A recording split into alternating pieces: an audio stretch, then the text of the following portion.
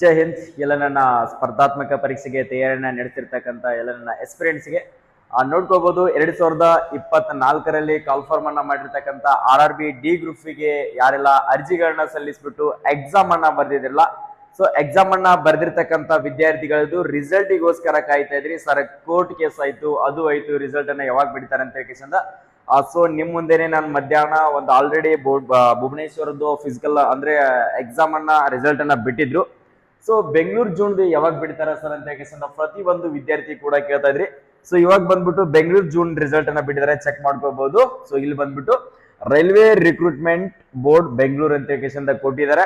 So ಪ್ರತಿಯೊಬ್ಬರು ಕೂಡ ಯಾರೆಲ್ಲ ಡಿ ಗ್ರೂಪ್ಗೆ ಎಕ್ಸಾಮ್ ಅನ್ನ ಬರ್ದಿರಲ್ಲ ಅಂತ ವಿದ್ಯಾರ್ಥಿಗಳು ಪ್ರತಿಯೊಬ್ಬರು ಕೂಡ ನಿಮ್ಮ ಹಾಲ್ ಟಿಕೆಟ್ ನಂಬರ್ ಏನಿದೆಯಲ್ಲ ಅದನ್ನ ತಗೊಂಡ್ಬಿಟ್ಟು ಚೆಕ್ ಮಾಡ್ಕೊಳ್ಬಹುದು. ಸೊ ಎಷ್ಟು ಕಟ್ ಆಫ್ ನಿಂತಿದೆ, ಅದ್ರ ಜೊತೆಗೆ ಜನರಲ್ ಕ್ಯಾಟಗರಿದವರಾಯ್ತು, ನೆಕ್ಸ್ಟ್ OBC ದವರಾಯ್ತು, EWS ದವರಾಯ್ತು, SC ಆಯ್ತು, ST ಆಯ್ತು, ಪ್ರತಿಯೊಬ್ಬರು ಕೂಡ ಇಲ್ಲಿ ನೀವು ಚೆಕ್ ಅನ್ನ ಮಾಡ್ಕೋಬಹುದು.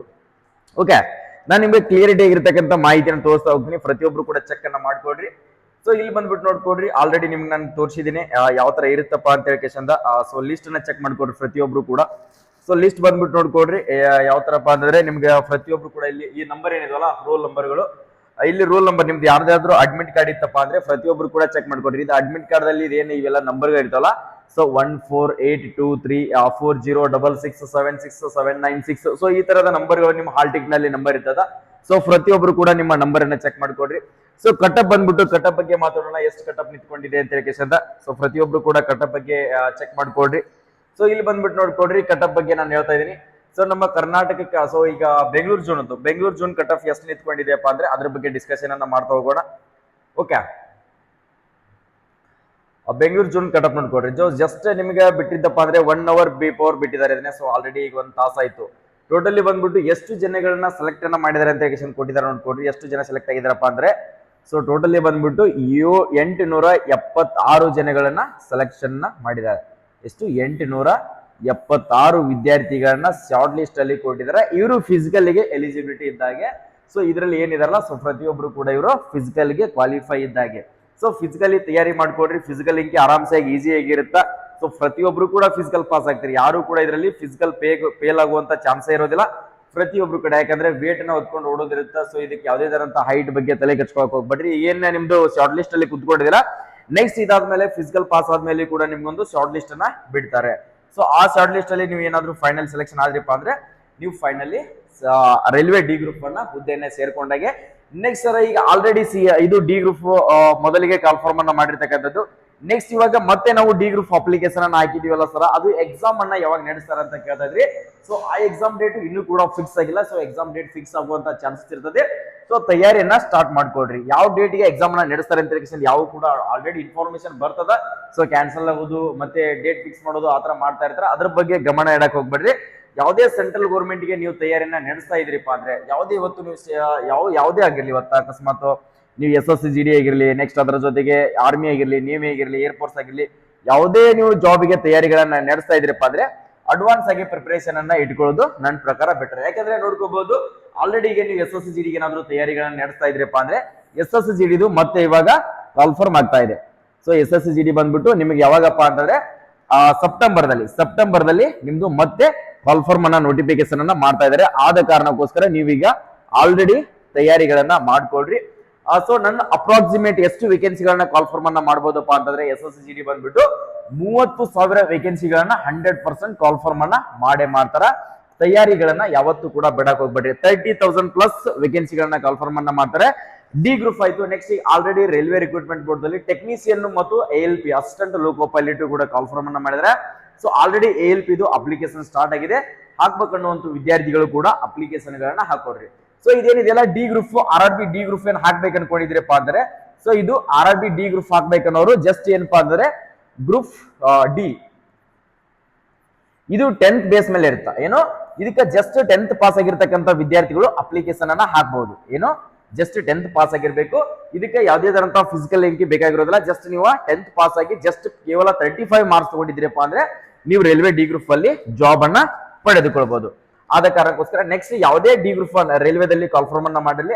ಸೊ ಪ್ರತಿ ವರ್ಷನೂ ಕೂಡ ಕಾಲ್ಫಾರ್ಮ್ ಅನ್ನ ಮಾಡ್ತಾನೆ ಇರ್ತಾರ, ತಯಾರಿಗಳನ್ನ ಮಾಡ್ತಾರೆ. ಸರ್ ನಾನು ಈ ಸಾರಿ ಕಟಪ್ ಕುತ್ಕೊಳ್ಳಿಲ್ಲ, ಸರ್ ನನ್ ಸ್ಕೋರ್ ಆಗ್ಲಿಲ್ಲ, ಸ್ಕೋರ್ ಕಡಿಮೆ ಆಗಿದೆ, ಈಸಿ ಲಿಸ್ಟ್ ನಲ್ಲಿ ಕುತ್ಕೊಂಡಿಲ್ಲಪ್ಪ ಅಂದ್ರೆ ಬೇಜಾರಾಗುವಂತ ಅವಶ್ಯಕತೆ ಇಲ್ಲ. ಪ್ರಿಪರೇಷನ್ ಅನ್ನ ಕಂಟಿನ್ಯೂ ಆಗಿ ಇಟ್ಕೊಡ್ರಿ. ಯಾಕಪ್ಪ ಅಂದ್ರೆ ಎಕ್ಸಾಮ್ ನೋಡ್ಕೊಡ್ರಿ ಕನ್ನಡದಾಗ ಇರ್ತೀರ. ಇದು ಎಕ್ಸಾಮ್ ಏನಪ್ಪಾ ಅಂದ್ರೆ ನೀವು ಕನ್ನಡದಲ್ಲೇನೆ ಎಕ್ಸಾಮ್ ಅನ್ನ ಬರಿಬಹುದು, ಯಾವುದೇ ತರಂತ ಇಂಗ್ಲಿಷ್ ಇಲ್ಲ. ಅದರೊಳಗಡೆ ಮೇನ್ ಇಂಪಾರ್ಟೆಂಟ್ ಏನಪ್ಪಾ ಅಂದ್ರೆ ನೀವು ಕನ್ನಡ ಎಕ್ಸಾಮ್ ಅನ್ನ ತಗೊಂಡಿದ್ದೀರಪ್ಪ ಅಂತಂದ್ರೆ RRB ಡಿ ಗ್ರೂಪ್ ದಲ್ಲಿ ಇದರಲ್ಲಿ ಇಂಗ್ಲಿಷ್ ಲ್ಯಾಂಗ್ವೇಜ್ ಸಬ್ಜೆಕ್ಟೇ ಇರೋದಿಲ್ಲ. ಅಂದ್ರೆ ಇಂಗ್ಲಿಷ್ ಗ್ರಾಮರ್ ಏನ SSGD ದಲ್ಲಿ ಸೆಂಟ್ರಲ್ ಗೌರ್ಮೆಂಟ್ ದಲ್ಲಿ ಯಾವ ಎಕ್ಸಾಮ್ ಅನ್ನ ಬರಿತೀವಲ್ಲ, ಸೊ ಇಂಗ್ಲಿಷ್ ಗ್ರಾಮರ್ ಇರೋದಿಲ್ಲ. ಸೊ ಆ ಕಾರಣಕ್ಕೋಸ್ಕರ ನೀವೇನಾದ್ರೂ ಕನ್ನಡದಾಗ ಪ್ರಿಪರೇಷನ್ ಅನ್ನ ಮಾಡ್ತಾ ಇದ್ರಿಪ್ಪ ಅಂದ್ರೆ ಅದ್ರ ಜೊತೆಗೆ ನೆಕ್ಸ್ಟ್ ಇವಾಗ ಏನಪ್ಪಾ ಅಂದ್ರೆ ನಿಮ್ಗೆ ಕಾಲ್ಫಾರ್ಮ್ ಅನ್ನ ಮಾಡಿರ್ತಕ್ಕಂಥದ್ದು, ಮತ್ತೆ ಸಿವಿಲ್ ಪೊಲೀಸ್ ಕೂಡ ಕಾಲ್ಫಾರ್ಮ್ ಮಾಡಿದ್ದಾರೆ. ನೆಕ್ಸ್ಟ್ ಅದ್ರ ಜೊತೆಗೆ CRDR ಕಾಲ್ಫಾರ್ಮ್ ಮಾಡಿದ್ದಾರೆ. ನೆಕ್ಸ್ಟ್ ಪ್ರತಿಯೊಂದು ಫೋರ್ಸಸ್ ಗಳನ್ನ ಕಾಲ್ಫಾರ್ಮ್ ಅನ್ನ ಮಾಡ್ತಾನೆ ಇರ್ತಾರೆ. ಆದ್ರೆ ನೀವು ಒಂದ್ಸರಿ ಫೀಲ್ಡ್ ಇಳಿದಿರಿ, ಸೊ ನೀವು ಪ್ರಿಪರೇಷನ್ ಅನ್ನ ಸ್ಟಾರ್ಟ್ ಮಾಡ್ತಾ ಇದ್ರಿ, ಎಜುಕೇಶನ್ ಅನ್ನ ಡ್ರಾಪ್ ಔಟ್ ಮಾಡಿಬಿಟ್ಟು ನಾವು ಈಗ ಸರ್ ನಾವು ಯಾವ್ದಾದ್ರು ಒಂದು 2026-27 ರಿಕ್ರೂಟ್ಮೆಂಟ್ ಅಲ್ಲಿ ನಾನು ಒಂದು ಸೆಂಟ್ರಲ್ ಗೌರ್ಮೆಂಟ್ ಜಾಬ್ ಅನ್ನ ಮಾಡ್ಲೇಬೇಕು ಸರ್, ನನ್ನ ಡ್ರೀಮ್ ಇದೆ, ನಾನು ಜಾಬ್ ತಗೊಂಡೇ ಮನೆಗೆ ಹೋಗ್ಬೇಕಂತ ಕನಸನ್ನ ಹೊತ್ಕೊಂಡಿದ್ರಪ್ಪ ಅಂದ್ರೆ ಯಾವುದೇ ಅಪ್ಲಿಕೇಶನ್ ಕಾಲ್ಫಾರ್ಮ್ ಮಾಡಿರ್ಲಿ, ಇವತ್ತು ನೀವು ಒಂದು ಫ್ಯೂನ್ ಜಾಬ್ ಅಂತ ಹಿಡಿದು so officer double degree officer job call form ಮಾಡಿದ್ರು ಕೂಡ, UPSC ಲೆವೆಲ್ ಕಾಲ್ಫಾರ್ಮ್ ಮಾಡಿದ್ರು ಕೂಡ ನಿಮಗೆ ಅದ್ರ ಬಗ್ಗೆ ಎಲಿಜಿಬಲ್ ಇದೀರಾ, ಸೊ ಅದನ್ನ ಕಾಂಪಿಟೇಷನ್ ಮಾಡ್ತೀರಪ್ಪ ಅಂದ್ರೆ ಸೊ ಅರ್ಜಿಗಳನ್ನ ಹಾಕೊಡ್ರಿ. ಯಾಕಂದ್ರೆ ನೀವು ಅದ್ರ ಬಗ್ಗೆ ನಿಮ್ಗೆ ಜಾಸ್ತಿ ಎಕ್ಸ್ಪೀರಿಯನ್ಸ್ ಕೂಡ ಆಗುತ್ತೆ, ಎಕ್ಸಾಮ್ ಕ್ವಶನ್ ಪೇಪರ್ ಯಾವ ತರ ಇರ್ತದ, ಸೊ ಅದ್ರ ಬಗ್ಗೆ ಕಂಪ್ಲೀಟ್ ಆಗಿ ನೀವು ಒಂದ್ಸರಿ ಅಟೆಂಡ್ ಮಾಡಿದ್ರು ಕೂಡ ಗೊತ್ತಾಗುತ್ತಾ. ಇನ್ಮೇಲೆ ಯಾವುದೇ ಸ್ಟೇಟ್ ಗೌರ್ಮೆಂಟ್ ಆಗಿರಲಿ, ಸೆಂಟ್ರಲ್ ಗೌರ್ಮೆಂಟ್ ಆಗಿರಲಿ, ಪ್ರೈವೇಟ್ ಜಾಬೇ ಕಾಲ್ಫಾರ್ಮ್ ಮಾಡಿರಲಿ, ಪ್ರತಿ ಒಂದು ಇನ್ಫಾರ್ಮೇಶನ್ ಗಳನ್ನ ಅಪ್ಡೇಟ್ ಗಳನ್ನ ಸೊ ನಿಮ್ಗೋಸ್ಕರನೇ ನಾನು ಡಿಜಿಟಲ್ ಬೋರ್ಡ್ ಸ್ಮಾರ್ಟ್ ಬೋರ್ಡ್ ಅನ್ನ ತಂದಿದ್ದೀನಿ. ಸೊ ಇಷ್ಟ ನಾರ್ಮಲ್ ಬೋರ್ಡ್ ಮೇಲೆ ಮಾಡ್ತಿದ್ದೀನಿ. ಇನ್ಮೇಲೆ ಪ್ರತಿಯೊಂದು ಅಪ್ಡೇಟ್ ಗಳನ್ನ 5 ನಿಮಿಷದಲ್ಲಿ ನಿಮಗೆ ಕ್ವಿಕ್ ಆಗಿ ಅಪ್ಡೇಟ್ ಕೊಡುವಂತ ಸಾಧ್ಯತೆಯನ್ನ ನಾವು ಮಾಡ್ತಾನೆ ಇರ್ತೀವಿ. ಇನ್ಮೇಲೆ ಲೈವ್ ಕ್ಲಾಸಸ್ ಗಳನ್ನ state government, central government, private job ಯಾವುದೇ ಕಾಲ್ಫಾರ್ಮ್ ಮಾಡಿದ್ರು ಕೂಡ ಅವ್ರ ರಿಲೇಟೆಡ್ ರೀಸನಿಂಗ್ ಆಯ್ತು, ಮ್ಯಾಥ್ಸ್ ಆಯ್ತು, GK GS ಆಯ್ತು, ಇಂಗ್ಲಿಷ್ ಆಯ್ತು, ಪ್ರತಿಯೊಂದು ಲೈವ್ ಕ್ಲಾಸಸ್ ಗಳನ್ನ ಸ್ಟಾರ್ಟ್ ಮಾಡ್ತಾ ಇದೀವಿ. ಸೊ ನೀವೇನಾದ್ರೂ physical training, next SSGD advance preparation ಗಳನ್ನ ಇವೆಲ್ಲ BSF, CRPF, ITBP ಇವಕ್ಕೇನಾದ್ರೂ ತಯಾರಿಗಳನ್ನ ಮಾಡ್ಕೊಳ್ಬೇಕು ಅನ್ಕೊಂಡ್ರೆ ನಮ್ಮ HJ defence academy Bagalkote, so ನಮ್ಮ ಸಂಸ್ಥೆಯಲ್ಲಿ ಆಲ್ರೆಡಿ ಫಿಸಿಕಲ್ ಮತ್ತು ಎಕ್ಸಾಮ್ ಪ್ರಿಪರೇಷನ್ ಅನ್ನ ಸೆಪ್ಟೆಂಬರ್ SSGD ಕಾಲ್ಫಾರ್ಮ್ ಆಗ್ತಾ ಇದಲ್ಲ, ಸೊ ಅದ್ರ ಪ್ರಿಪರೇಷನ್ ಕೂಡ ನಾವು ಈಗಾಗಲೇ ಕ್ಲಾಸಸ್ ಮತ್ತು ಫಿಸಿಕಲ್ ಟ್ರೈನಿಂಗ್ ಎರಡನ್ನೂ ಕೂಡ ಕೊಡ್ತಾ ಇದೀವಿ.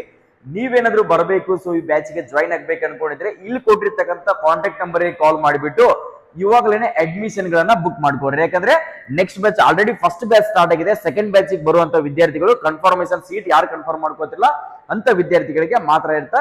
ಸೊ ಆನ್ಲೈನ್ ಮುಖಾಂತರ, ಸೊ ನೀವು ಆಫ್ಲೈನ್ ಮುಖಾಂತರ ಏನಪ್ಪಾ ಅಂದ್ರೆ ನಿಮ್ಗೆ ಯಾವುದೇ ಡೌಟ್ಸ್ ಗಳನ್ನ ಇಲ್ಲಿ ಕ್ಲಿಯರ್ ಮಾಡ್ಕೊಳ್ಬಹುದು. ಆನ್ಲೈನ್ ಮುಖಾಂತರ ಅಂತಂದ್ರೆ ನಾವು ಹೇಳ್ತಕ್ಕಂಥ ಕ್ಲಾಸ್ ಗಳನ್ನ ಮಾತ್ರ ಕೇಳಬೇಕಾಗುತ್ತೆ. ಸೊ ಇಲ್ಲಿ ಏನೋ ಡೌಟ್ ಇತ್ತಪ್ಪ ಅಂದ್ರೆ ನೀವು ಅತಿ ಹೆಚ್ಚು ಸ್ಕೋರ್ ಅನ್ನ ಮಾಡ್ಕೊಳ್ಬಹುದು. ಯಾಕಂದ್ರೆ SSGD ಕಾಂಪಿಟೇಷನ್ ಜಾಸ್ತಿ ಆಗ್ತಾ ಇದೆ. ನೆಕ್ಸ್ಟ್ ಇಯರ್ ಬಂದ್ಬಿಟ್ಟು ನಿಮ್ಗೆ ಸೆಕ್ಷನಲ್ ಟೈಮಿಂಗ್ ಅನ್ನ ಕೊಡ್ತಾರೆ. ಯಾವ ತರ ಸೆಕ್ಷನಲ್ ಟೈಮಿಂಗ್ ಅಪ್ಪ ಅಂತಂದ್ರೆ ನೋಡ್ಕೋಬಹುದು. ಸೆಕ್ಷನಲ್ ಟೈಮಿಂಗ್ ಯಾವ ತರ ಇರ್ತಪ್ಪ ಅಂದ್ರೆ, ಸೊ ಇವಾಗ ರೀಸನಿಂಗ್ ಅಂತ ತಿಳ್ಕೊಡ್ರಿ, ನೆಕ್ಸ್ಟ್ ಮ್ಯಾಥ್ಸ್ ಅಂತ ತಿಳ್ಕೊಡ್ರಿ, ನೆಕ್ಸ್ಟ್ GK GS ಅಂತ ತಿಳ್ಕೊಡ್ರಿ, ನೆಕ್ಸ್ಟ್ ಇಂಗ್ಲಿಷ್ ಅಂತ ತಿಳ್ಕೊಡ್ರಿ. ಓಕೆ, ಈಗೆಲ್ಲ ಸೆಕ್ಷನಲ್ ಟೈಮಿಂಗ್ ಹೆಂಗ್ ಕೊಡ್ತಾರಪ್ಪ ಅಂದ್ರೆ, ಸೊ ಇದಕ್ಕೆ ರೀಸನಿಂಗ್ ಬಂದ್ಬಿಟ್ಟು 20 ನಿಮಿಷ ಇರುತ್ತೆ. ನೆಕ್ಸ್ಟ್ 15 ನಿಮಿಷ ಇರುತ್ತೆ. ಯಾವ್ದು ರೀಸನಿಂಗ್ ಪ್ರತಿಯೊಂದಕ್ಕೂ ಸೆಕ್ಷನಲ್ ಟೈಮಿಂಗ್ ಹೆಂಗಪ್ಪ ಅಂದ್ರೆ 15 ನಿಮಿಷ. ಓಕೆ, 15 ನಿಮಿಷ ಕೊಡ್ತಾರೆ. ಸೊ ಇದಕ್ಕೂ ಬಂದ್ಬಿಟ್ಟು 15 ನಿಮಿಷ, ನೆಕ್ಸ್ಟ್ ಇದಕ್ಕೂ 15 ನಿಮಿಷ, ಇದಕ್ಕೂ 15 ನಿಮಿಷ, ನೆಕ್ಸ್ಟ್ ಇದಕ್ಕೂ 15 ನಿಮಿಷ. ಟೋಟಲಿ ಬಂದ್ಬಿಟ್ಟು ನಿಮ್ಗೆ ಎಷ್ಟಾಯ್ತು? 60 ಮಿನಿಟ್ಸ್ ಆಯ್ತು. ಅಂದ್ರೆ 1 ತಾಸು ಟೈಮಿಂಗ್ ಇರ್ತಪ್ಪ ಅಂದ್ರೆ ಪ್ರತಿಯೊಂದಕ್ಕೂ ಸೆಕ್ಷನಲ್ ಟೈಮಿಂಗ್ ಅನ್ನ ಕೊಟ್ಟಿದ್ದಾರಪ್ಪ ಅಂದ್ರೆ, ಸರ್ ನನ್ನ ರೀಸನಿಂಗ್ GK ಮತ್ತು ಇಂಗ್ಲಿಷ್ ಅನ್ನ ನಾನು ಆದಷ್ಟು, ಯಾಕಂದ್ರೆ ಜಲ್ದಿನೇ ಬಿಡಿಸ್ತೀನಿ ಸರ್ ನಾನು. ಓಕೆ, ಏನ್ ಅಂತ ವಿದ್ಯಾರ್ಥಿಗಳು ಕೂಡ ಇರ್ತೀರಾ, ಸರ್ ಇಲ್ಲ ನನಗೆ ಇವೆರಡಕ್ಕೂ ಕೂಡ ಟೈಮಿಂಗ್ ಕಡಿಮೆ ಬೇಕು ಸರ್, ಇದನ್ನ ಏನಿಲ್ಲಪ್ಪ ಅಂತಂದ್ರೆ ನಾನು 15 ಮಿನಿಟ್ಸ್ ಅಲ್ಲಿ ಎರಡನ್ನೂ ಕೂಡ ಕವರ್ ಮಾಡ್ಕೋತೀನಿ. ನನಗೆ ಮ್ಯಾಥ್ಸ್ಗೆ ಮತ್ತು ರೀಸನಿಂಗ್ಗೆ ಟೈಮಿಂಗ್ ಜಾಸ್ತಿ ಬೇಕಪ್ಪ ಅಂತಂದ್ರೆ ಅದು ಸಿಗೋದಿಲ್ಲ. ಸೊ ನೀವು 15 ನಿಮಿಷದಲ್ಲಿ ಅದನ್ನ ಕಂಪ್ಲೀಟ್ ಮಾಡಲೇಬೇಕು. ಈ ಸೆಕ್ಷನ್ ಆಟೋಮೆಟಿಕ್ ಕ್ಲೋಸ್ ಆಗುತ್ತೆ, ನೆಕ್ಸ್ಟ್ ಈ ಸೆಕ್ಷನ್ ಓಪನ್ ಆಗುತ್ತೆ.